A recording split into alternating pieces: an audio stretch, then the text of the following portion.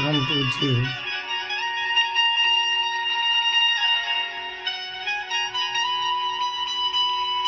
गुरुदेव भगवान की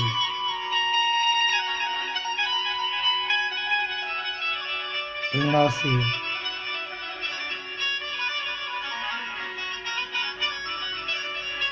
आप सब श्री कृष्ण बाल कृष्ण लाल की बांगमय प्रतिमूर्ति श्रीमद् भागवत महापुराण के कथा श्रवण करेंगे। हर इच्छा से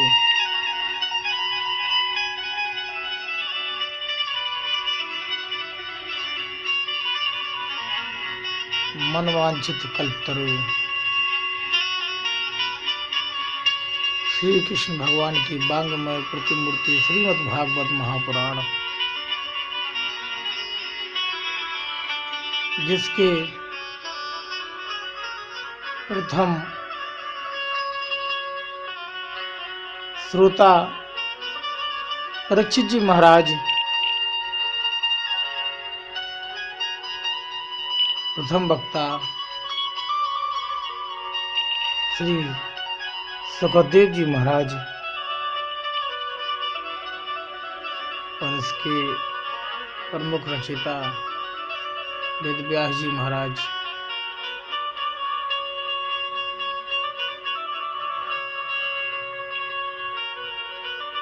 ऐसी अद्भुत कथा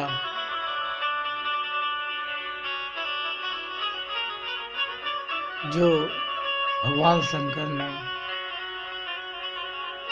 मां के बार बार विनय करने पर माता पार्वती को श्रवण कराई और वहीं से कथा का विस्तार होता है। यह अमर कथा जो देवताओं के लिए भी दुर्लभ है, कलयुग में मनुष्य को सहज ही प्राप्त हो रही है, फिर भी इस कलयुग रूपी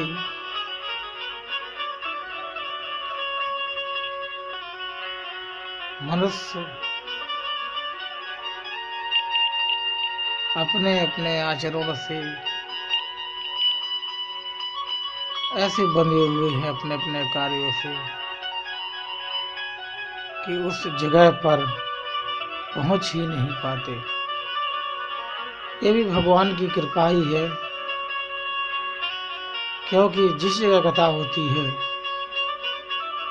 उस जगह सभी तीर्थ, सभी नदियां, सभी देवता, सभी गंधर्व, यक्ष, किन्नर, नाग उन मनुष्य रूपी हृदय में जो परमात्मा रूपी आत्मा व्याप्त है उसमें विराजित होते हैं। उतने ही व्यक्ति वही देव स्वरूप अपनी अपनी जगह से चलकर भागवत कथा की पंडाल में पहुंचते हैं और जो कथा कह रहे होते हैं सुखदेव स्वरूप व्यास जी महाराज, जिनका रूप भगवान विष्णु के समान होता है, और उनके मुखारविंद से श्रीमद् भागवत कथा के अमृत पान करते हैं। ऐसी दिव्य अलौकिक कथा जिसको श्रवण करने से मनुष्य जन्म जन्मांतर के पान चक्कर से, जन्म जन्मांतरों के पाप से मोक्ष हो जाता है, जिनका ऐसे श्रीमद् भागवत कथा आप श्रवण करेंगे।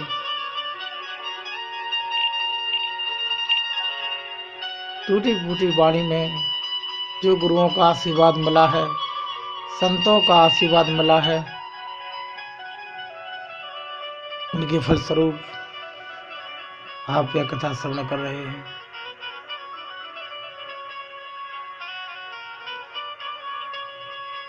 गजाननं भूतगणाधिसेवितं कपितजम्बूफलं चारुभक्षणम् उमासुतं शोकविनाशकारकं नमामि विघ्नेश्वर पादपद्मम्। परम पूज्य गुरुदेव महाराज के चरणों में वंदन।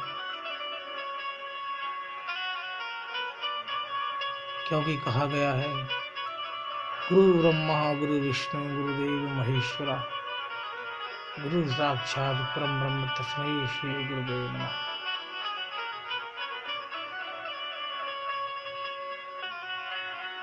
तीन लोक नौ खंड में गुरु से बड़ा ना कोई। गुरु महाराज की जो इच्छा होती है वही होता है। उनके ना चाहने पर कुछ नहीं हो सकता है। उनके मन में जो भी होता है वही होता है। यही यथार्थ सत्य है। इसलिए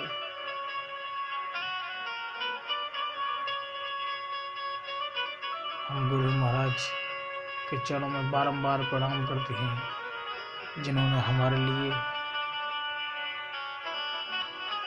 हमारे सत्संग से हमारे मन के अंदर भगवान के प्रति वो अलौकिक ज्योत जलाई, जिस कारण आज हम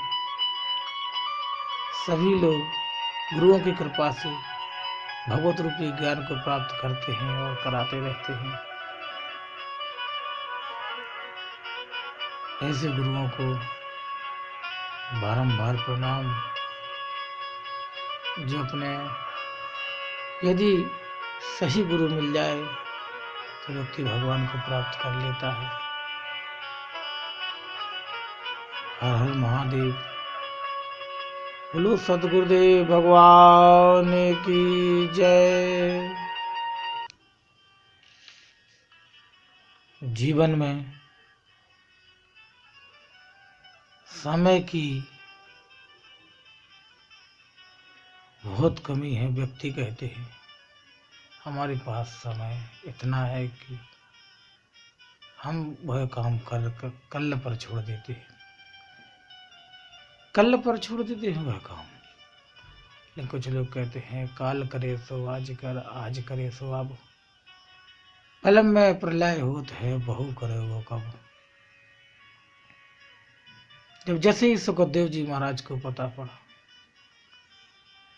कि राजा परीक्षित को श्राप लगा है, तब उन्होंने एक ही मिनट पल का भी समय बर्बाद मत नहीं किया और राजा परीक्षित के यहाँ पहुंचे। और ना ही उन्होंने मंगलाचरण किया और सीधे स्लैट पर जाकर भगवान को श्रीमद् भागवत कथा ही श्रवण कराने लगे। ऐसे सुखदेव जी महाराज को बारंबार प्रणाम। इसलिए समय का अभाव, जीवन में एक एक मिनट कीमती है, इसका सदुपयोग कीजिए। हर हर महादेव। ओम नमो नारायण। नैमिषारण्य क्षेत्र में सोनकादिक 88,000 ऋषियों ने एक बार श्री सूत जी से निवेदन किया, हे सूत जी, इस समय अधिकांश प्राणी अज्ञानवश सांसारिक मोह माया में फंसकर अनैतिक कार्यों में लिप्त होकर राक्षसों के समान आचरण करने लगे हैं, जिस कारण वे आठों पहर दुखी रहते हैं एवं असंतुष्ट रहते हैं।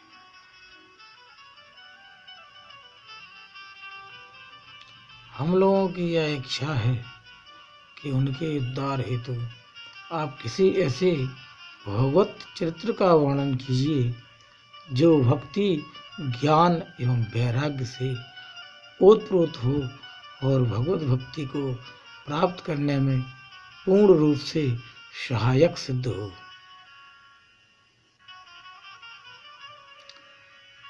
यह भी बताइए कि किस प्रकार प्रभु के भक्त इस माया रूपी जाल से मुक्त होकर कर्म बंधन से छूट सकता है।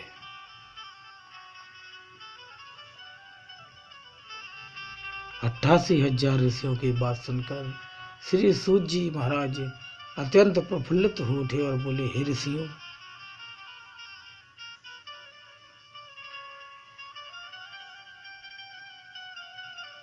तुम लोगों की बात धरती पर वास करने वाली जीवों के लिए अत्यंत ही हितकारी है। आप लोगों ने जो बात पूछी वह अत्यंत श्रेष्ठ और मंगलकारी है। अतः काल रूपी सर्प के मुंह में पड़े दुखों से कराहते जीवों के उद्धार हेतु श्रीमद् भागवत की कथा सुनाता हूँ, जिसे वेद व्यास जी के पुत्र श्री सुखदेव जी ने राजा परीक्षित को सुनाया था। श्रृंग ऋषि के कठोर श्राप के कारण राजा परीक्षित गंगा तट पर निवास करने लगे।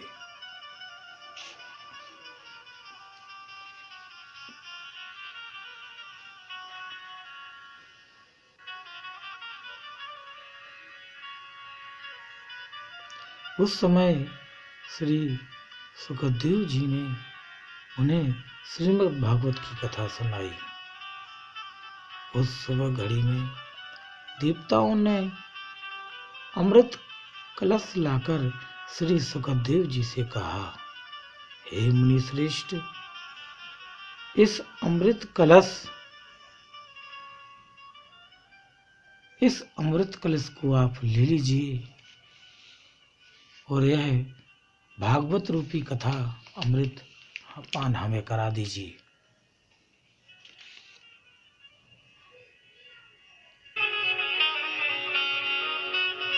और बदले में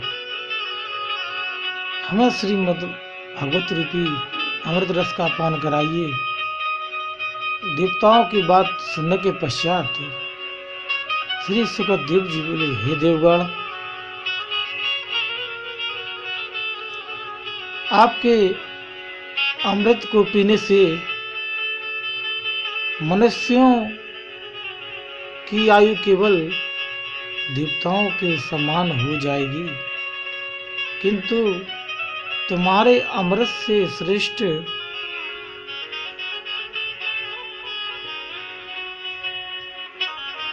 भागवत कथा है, जिसके सप्ताह भर पढ़ने और श्रवण करने से जन्म जन्मांतर के आवागमन रूपी बंधनों से मुक्त होकर मानव प्रभु के परम पद को प्राप्त हो जाता है। क्योंकि अमृत और कथा अमृत में उतना ही अंतर होता है जितना कांच और मणि में होता है।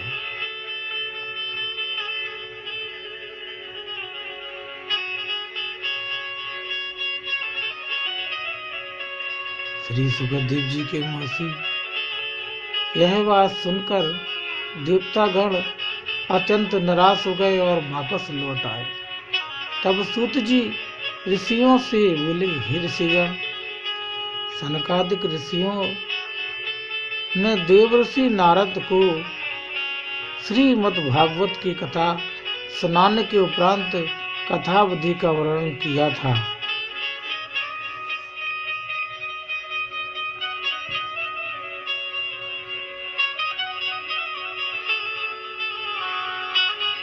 सूत जी के वचन सुनकर सौनकादिक ऋषियों ने प्रश्न किया, हे सूत जी, देवर्षि नारद जी किसी स्थान पर 2 पल से ज्यादा ठहरते ही नहीं, फिर वे साप्ताहिक पारायण को सुनने के लिए एक ही स्थान पर सप्ताह भर कैसे बैठे रहे? कैसे ठहरे रहे। सनकादिक ने उनकी भेंट सनकादिक ऋषियों से किस प्रकार हुई और सप्ताही यज्ञ किस स्थान पर संपन्न हुआ,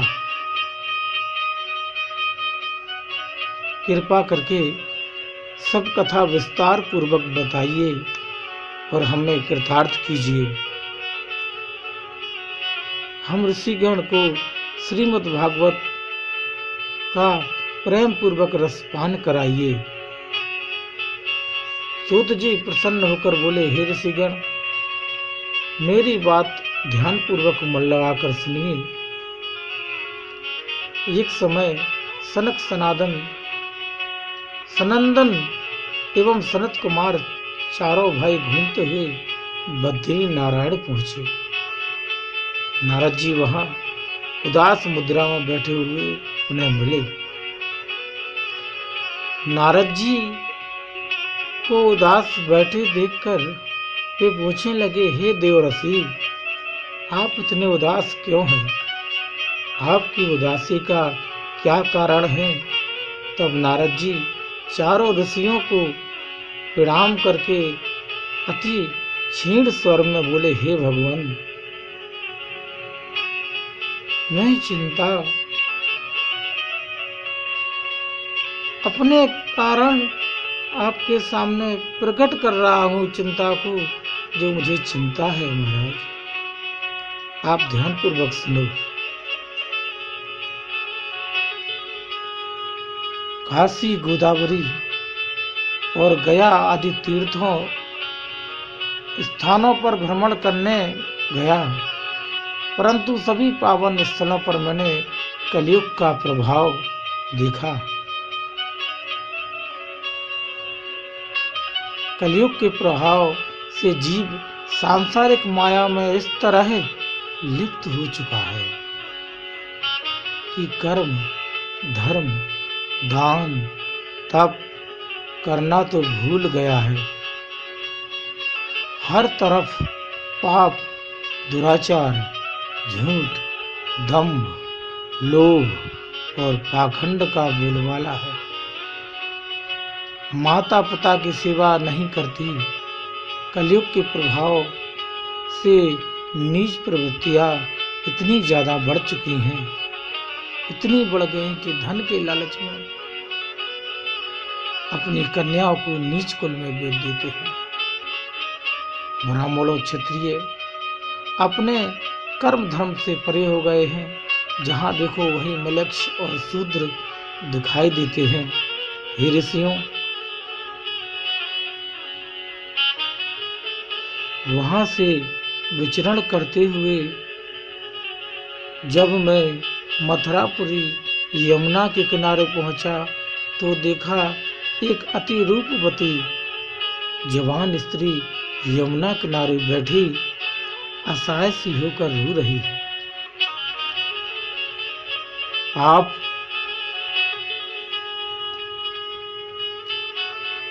इतना बढ़ गया है। पास में दो वृद्ध पुरुष अचेत अवस्था में पड़े हैं। मुझे देखते ही वह खड़ी होकर अति विनीत भाव में बोली, हे ऋषिराज, आप थोड़ी देर रुककर मेरा दुख सुन लीजिए। मेरे अहोभाग्य जो आपका दर्शन पाया। मैंने उससे पूछा, तू कौन है और ये दोनों वृद्ध पुरुष कौन हैं जो अचेत पड़े हुए हैं? वह बोली, हे ऋषिराज, मैं भक्ति हूँ और अचेत अवस्था को प्राप्त ये दोनों मेरे पुत्र ज्ञान और वैराग्य हैं। गंगा, जमुना, सरस्वती आदि नदियां हैं जो स्त्रियों का रूप धारण करके मेरी सेवा में उपस्थित हुई हूँ। मैं प्रमण देश में जन्मी, कर्नाटक देश में तरुणी हुई और कुछ दिन तक दक्षिण में रही। गुजरात पहुंचने के पश्चात मैं बूढ़ी हो गई। अब मैं वृंदावन आई हूँ।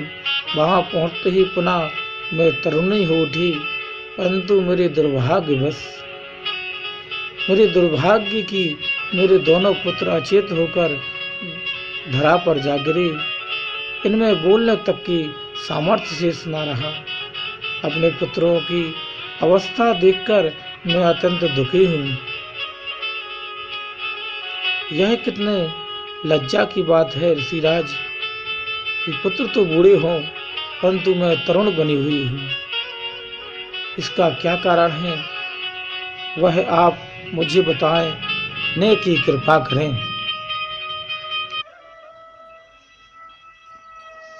नारद जी कहते हैं,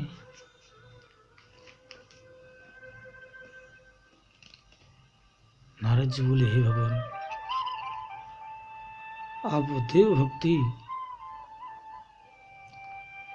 जब देव भक्ति ने मुझसे इस प्रश्न का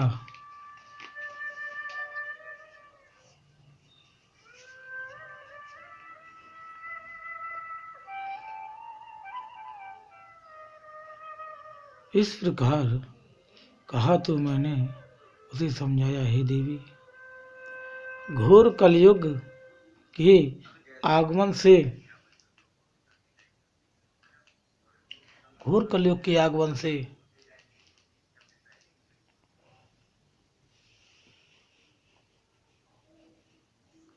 ज्ञान और वैराग्य जीवों के हृदय से निकलकर कोसों दूर जा खड़े हुए और उनकी कोई मर्यादा ही ना रही। वृंदावन में पांव रखते ही तू पुनः तरुणाई को प्राप्त हो गई, तू पुनः जवान हो गई, परंतु कलयुग में तेरे पुत्रों को कोई मान्यता नहीं है।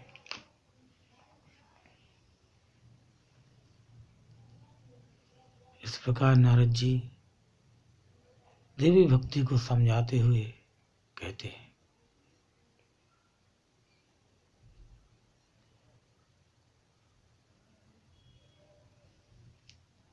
बोले भागवत महापुराण की जय।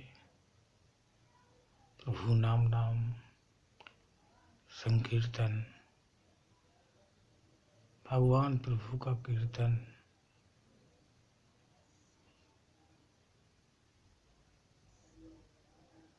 जिसकी आत्मा भगवान से मिल जाए वही कीर्तन है। गोविंद बोलो हरि गोपाल बोलो, गोविंद बोलो हरि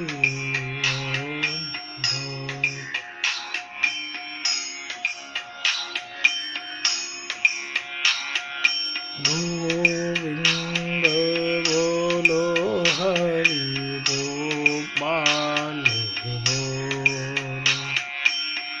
गोविंद बोलो हरि गोपाल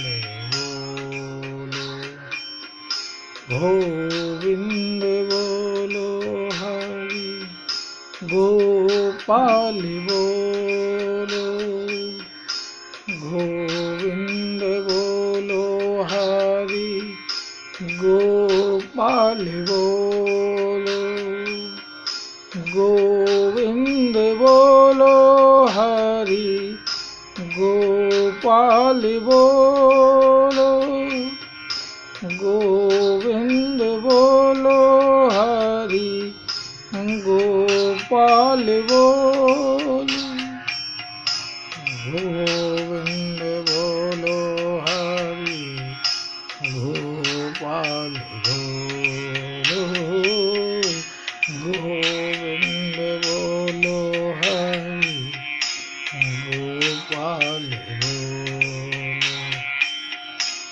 जय जय जय जय जय जय बोलो, जय जय जय